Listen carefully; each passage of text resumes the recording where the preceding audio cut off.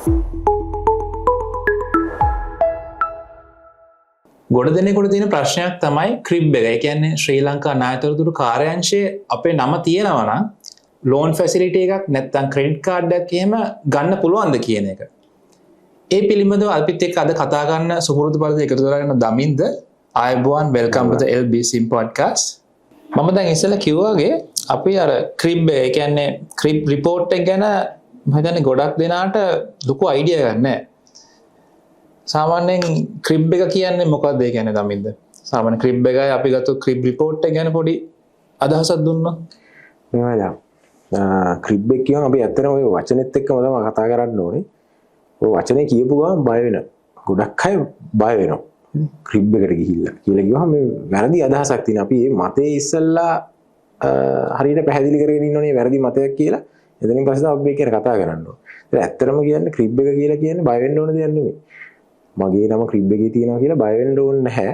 මොකද මූල්‍ය ආයතනයෙන් හරි බැංකුවකින් හරි ණයක් හරි නැත්නම් ක්‍රෙඩිට් කාඩ් එකක් මොන හරි ණය පහසුකමක් ගත්තොත් ඒක රෙකෝඩ් වෙන තැන තමයි ක්‍රිබ් එක කියලා කියන්නේ. ඒක වෙනම ආයතනයක්.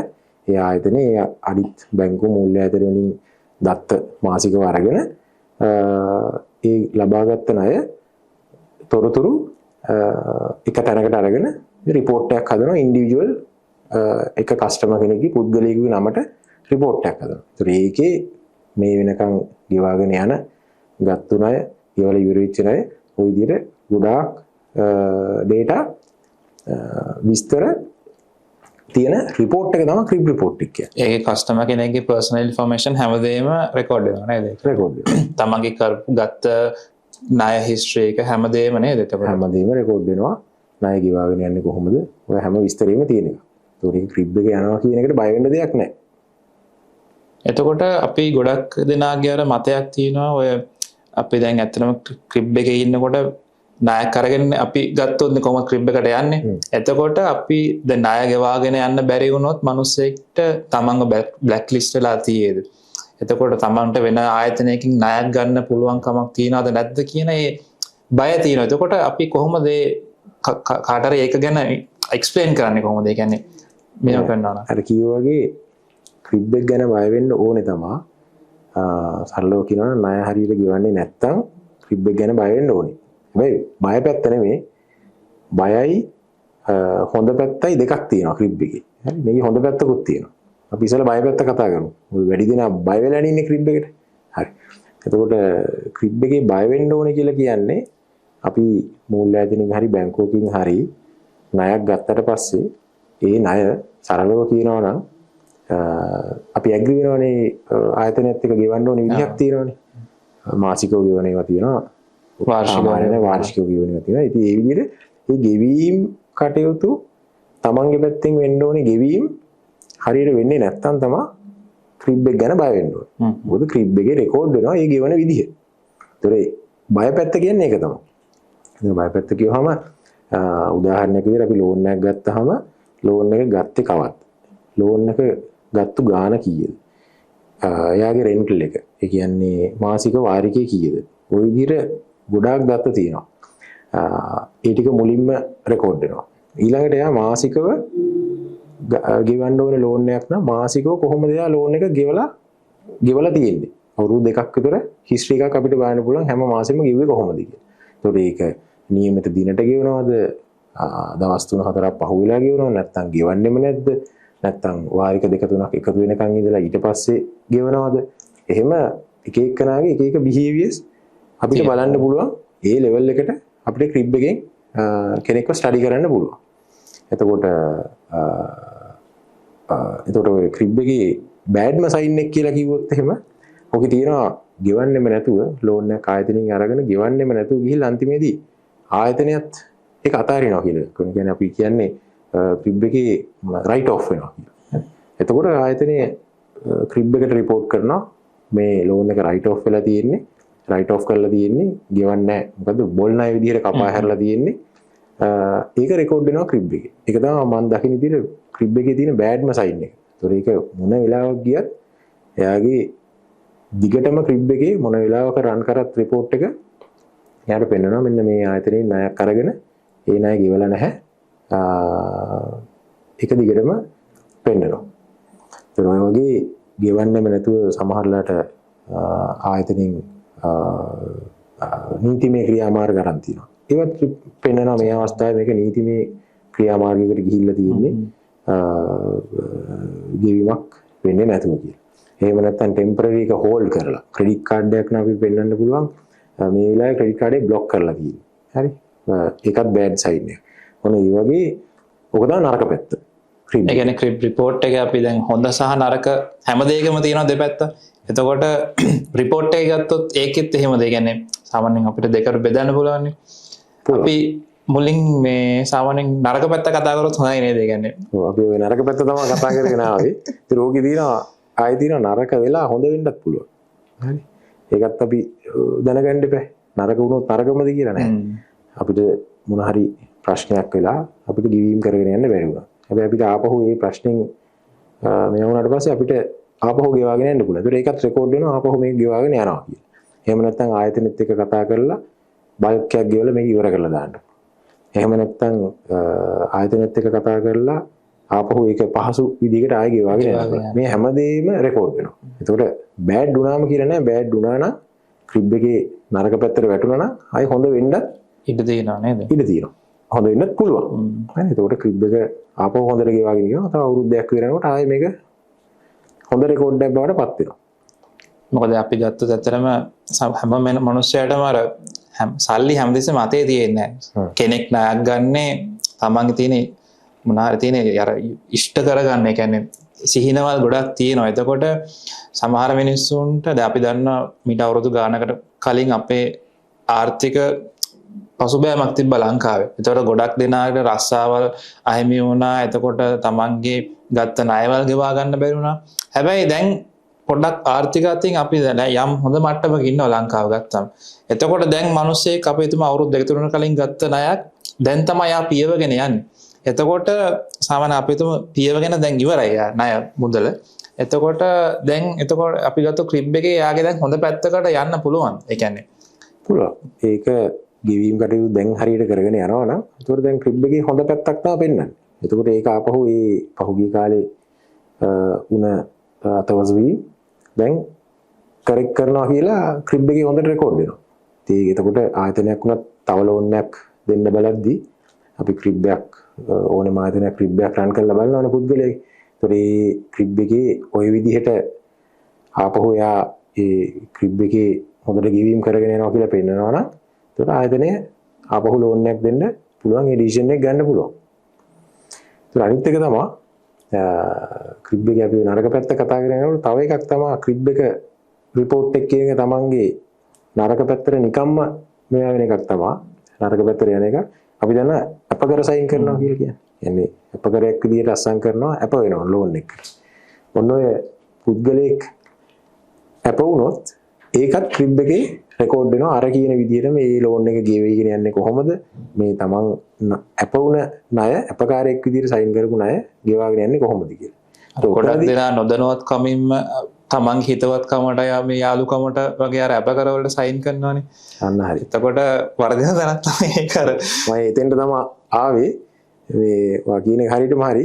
ඒක ඇවිල්ලා අදින් තමන් ගත්තු ණයකුත් නෙමෙයි. නිකන් හිතන්නේ නැහැ පොඩක් සයින් කරන්න පුළුවන් ලෝන් එකක් ගන්නවා කියලා කිව්වම එච්චර බැලෑරුම්මදී හිතන්නේ නැහැ. එහෙම සයින් කරලා ඊට පස්සේ තමන්ට ආපහු ආයතනයකින් ලෝන් එකක් ගන්න බැරි තත්ත්වෙ ඉන්නේ නැහැ. ඕන තරම් ඉන්නවා. මේ වීඩියෝ එක බලන අයත් සමහරට එහෙම තත්ත්වයක් ඇති වෙලා තියෙන අය ඇති. ඒක ඇත්තටම අනි වෙනත් කෙනෙක්ගේ ණයකට හොයලා බලන්න නැතුව සයින් කරපු එකෙන් ඇතිවෙච්ච ප්‍රශ්නයක්. ඒකත් අපි නරක පැත්ත කතා කරද්දී ඇත්තටම කියන්න ඕනේ කතාවක් තමයි ඒක. ඒක ඇත්තටම අපි කියන්න දෙන්නේ ණයකට සයින් කරනකොට අපකරයක් විදිහට සයින් කරනකොට පොඩ්ඩක් හොයලා බලලා එයාලා ගෙවන්න පුළුවන් කෙනෙක්ද මේක කියලා බලලා ටිකක් කල්පනා කරලා සයින් කරා නම් හොඳයි. දැන් සාමාන්‍යයෙන් අපි ඔය ණයක් ගත්තොත් විතරක් ක්‍රිබ් එකට යනවා කියලා හිතාගෙන ඉන්නේ.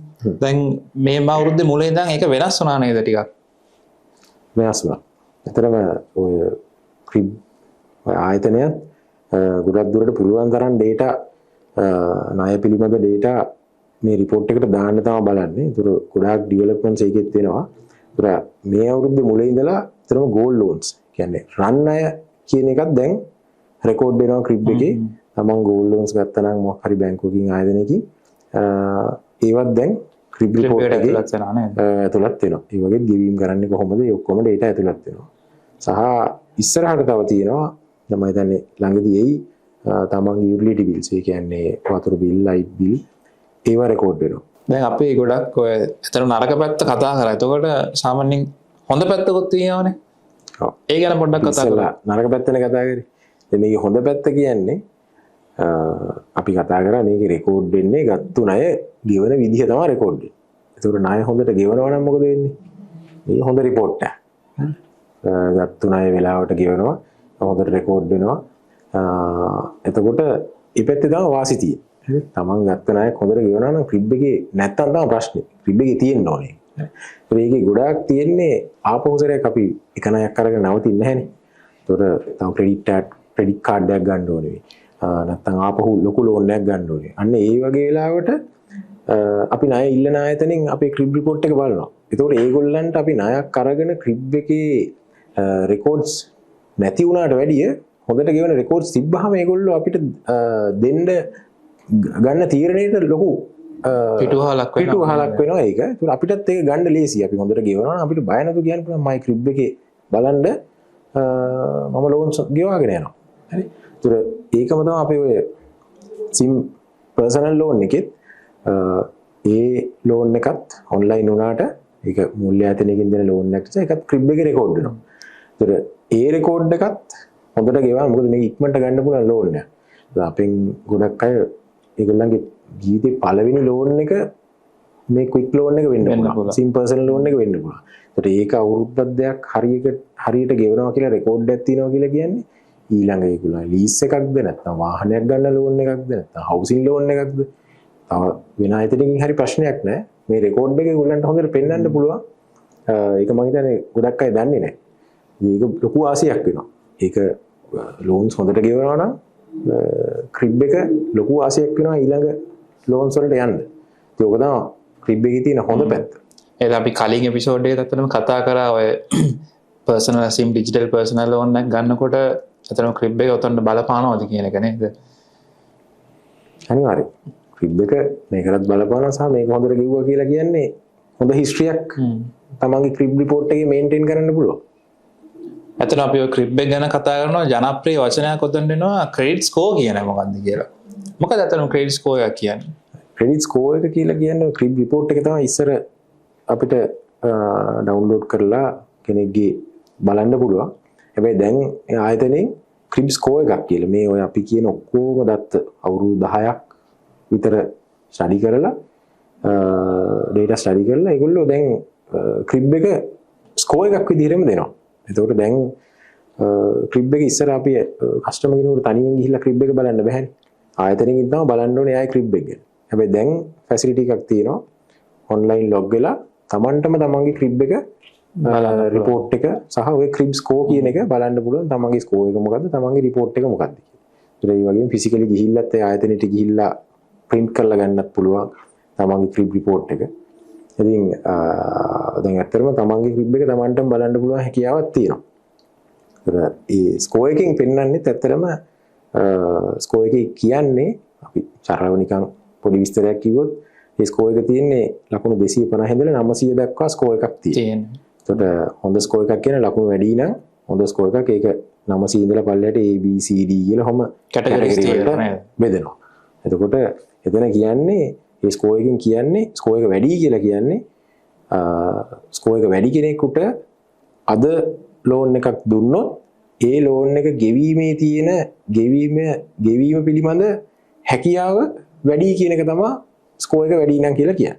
ඒක හොඳට ගෙවනවා නම් ක්‍රිබ් ස්කෝර් එක හොඳ ස්කෝර් එකක් බලා ගන්න පුළුවන්. මොකද මගේ මතක හැටියට ඇත්තටම 2019 ජනවාරි මාසේ තමයි ඔය ක්‍රෙඩිට් ස්කෝර් කියන එක එන්නේ ඇත්තටම හඳුන්වලා දෙන්නේ ක්‍රිබ් එකෙන්. එතකොට අපි අර දන්න විදිහට ඕකේ ඉක්මනට පියවන්න පුළුවන් නම් පොසිටිව් පැත්තට යනවා වැඩි. එතකොට අර හැමතිස්සෙම බලන්න ඕනේ අපේ නෙගටිව් පැත්තට යන්නේ නැතුව ඒ කියන්නේ ක්‍රෙඩිට් ස්කෝර් එක අඩු කරගන්න නැතුව තියාගන්න පුළුවන් නම් තමයි නේද හොඳ සාමාන්‍යයෙන් මම කස්ටමර් කෙනෙක්ට. තම කියනවා නම් ක්‍රිබ් එක ලෝන් සරගෙන හොඳට ගෙවාගෙන යනවා නම් ඒක පොසිටිව් පැත්තේ තියාගෙන යන්න අමාරු වෙන්නේ නැහැ. මොකද අතන දමිත ඉස්සෙල්ලා කිව්වා වගේ අර කස්ටමර් කෙනෙක් සාමාන්‍යයෙන් එක ලෝන් එකකින් නවතින්නේ නැහැ. මොකද එයාගේ තියෙන අවශ්‍යතා සපුරලා ගන්න අනිවාර්යෙන් ලෝන් දෙක තුනක් ගන්නවා. එතකොට මේක හොඳ පිටුවහලක් වෙනවා අනිත් මූල්‍ය ආයතනයකට ගිහිල්ලා ලෝන් එකක් ගනිද්දි. ඔව්. ෆැසිලිටි එකක් වගේ ගනිද්දි. එතකොට දැන් කස්ටමර් අපේ මේ වීඩියෝ එක බලන් ඉන්න කස්ටමර්ස්ලටත් සමහරට ප්‍රශ්නයක් ඇති කොහොමද ඇත්තටම ක්‍රිබ් රිපෝට් එකක් ගන්නෙ? මොනවද ඒ කොහොමද ගන්න විදියවල් අපිට පොඩ්ඩක් කිව්වොත්. ක්‍රිබ් රිපෝට් එකක් ගන්න, ඒ කියන්නේ Tamanටම ක්‍රිබ් රිපෝට් එක දැන් බලන්න අපි කිව්වා වගේ දැන් මේ ෆැසිලිටි එක දීලා තියෙනවා. එතකොට මේක අපි ලින්ක් එක දාන්න ගන්න ලින්ක් එක එයාටම ලොග් වෙලා එයාගේ ඩීටේල්ස් දාලා ක්‍රිබ් රිපෝට් එක ඩවුන්ලෝඩ් කරලා ගන්න පුළුවන් හැකියාව තියෙනවා සහ ස්කෝර් එක දෙකම. එතකොට එයාට ඕන අපිට ඕන ආයතනයට ගිහිල්ලත් ෆිසිකලි ගිහිල්ලා ගන්නත් පුළුවන් නේද? ගන්න පුළුවන්. රික්වෙස්ට් එකක් දාලා එහෙම ගන්න. මේ දවස්වල ඇත්තටම ක්‍රිබ් ආයතනියුත් ඒ ක්‍රිබ් එක ගැන ගොඩාක් මිනිස්සුන්ව දැනුවත් කරනවා, කස්ටමර්ස්ලව දැනුවත් කරන එක හොඳයි. රේඩියෝ එකේ ඇහුවත් අපි දකිනවා ක්‍රිබ් ස්කෝර් එක කියන්නේ මොකක්ද? මම හිතන්නේ දැන් එන්න මේගේ කස්ටමර්ස්ලගේ සහ මිනිස්සුන්ගේ දැනුම වැඩි වෙනවා ක්‍රිබ් එක ගැන. අර අවයර්නස් එක කරන එක හොඳයි ඉතින්. ඔව්. මිනිස්සු මොකද ක්‍රිබ් එක කියන එකේ හොඳ සහ නරක දෙපැත්තම දැනගන්න ඕනේ මිනිස්සෙක් වුණා. එතකොට ඒ වටිනාකම හැමෝම ලබා දෙන එක ඇත්තටම පිටුවහලක් වෙනවා. ඒක අපි එතකොට අද අපි අතන අපි මේක අද අවසන් කරමු. සාමාන්‍යයෙන් කස්ටමර් කෙනෙක් ලෝන් එකක් කරන් එයාගේ පොසිටිව් පැත්තට යන පොඩි ටිප්ස් ටිකක් දුන්නොත්. ටිප්ස් ටිකක්. එකක් තමයි අපි ඉස්සෙල්ලත් කතා කරන්නේ ක්‍රිබ් රිපෝට් එක හොඳයි. තමන් ගත්ත ලෝන්ස් හරියට ගෙවාගෙන යනවා. ඒක ගෙවාගෙන යන්න බැරි වෙන හේතු මොනවාද? එකක් තමයි පළවෙනි එක තමන් ලෝන් එක ගන්නකොට ඒ වෙලාවේ මුදල් අවශ්‍යතාවය තමයි නමුත් ඊට වැඩිය මේක මම මේ ගන්න මුදල මම මේ ඇග්‍රි වෙන රෙන්ටල් එක මට ගෙවාගෙන යන්න පුළුවන්ද? මේ ගෙවීම් මම ඇග්‍රි වෙන ගෙවීම් ඒ විදිහ මට කරගෙන යන්න පුළුවන්ද කියන එක ඇත්තටම ගන්න කලින් හිතන එක මේන් කියලා මම හිතනවා මේ ක්‍රිබ් රිපෝට් එක හරියට පවත්වාගෙන යන්න. එතකොට අනිත් එක තමයි අපි කියෝ වගේ අපකර සයින් කරද්දි පරිස්සම් වෙන්න හිතලා බලන්න කාටද මේ සයින් කරන්නේ ගන්න ලෝන් එක මොකද්ද ඒකත් වැදගත් වෙනවා ක්‍රිබ් රිපෝට් එක හොඳ රිපෝට් එකක් විදිහට තියාගෙන යන්න. මම හිතන අපි අද ගොඩක් දේවල් කතා කරා ක්‍රිබ් එක ගැනයි ඒ හා සම්බන්ධ වැදගත් තොරතුරු ගොඩක් කතා කරා. මේ ඉතින් අපි ස්තුතිවන්ත වෙන්න ඕනේ අපිත් එක්ක අදත් එකතු වුණාට දමින්දර. අපේ channel එක ඔයාලා තාමත් follow කරලා නැත්නම් දැන් follow කරලා තියාගන්න. ඒ වගේම අපේ වීඩියෝ එකේ යටින් comment section එකේ ඔයාලට ප්‍රශ්න ඇති. ඒවා අපේ වෙත යොමු කරන්න. එතකොට අපි ඉස්සරහට ගේන වීඩියෝස් වලින් ඒවට solutions අරන් එන්නම්. එහෙනම් අපි තවත් වීඩියෝ එකකින් ඉක්මනට හමු වෙමු.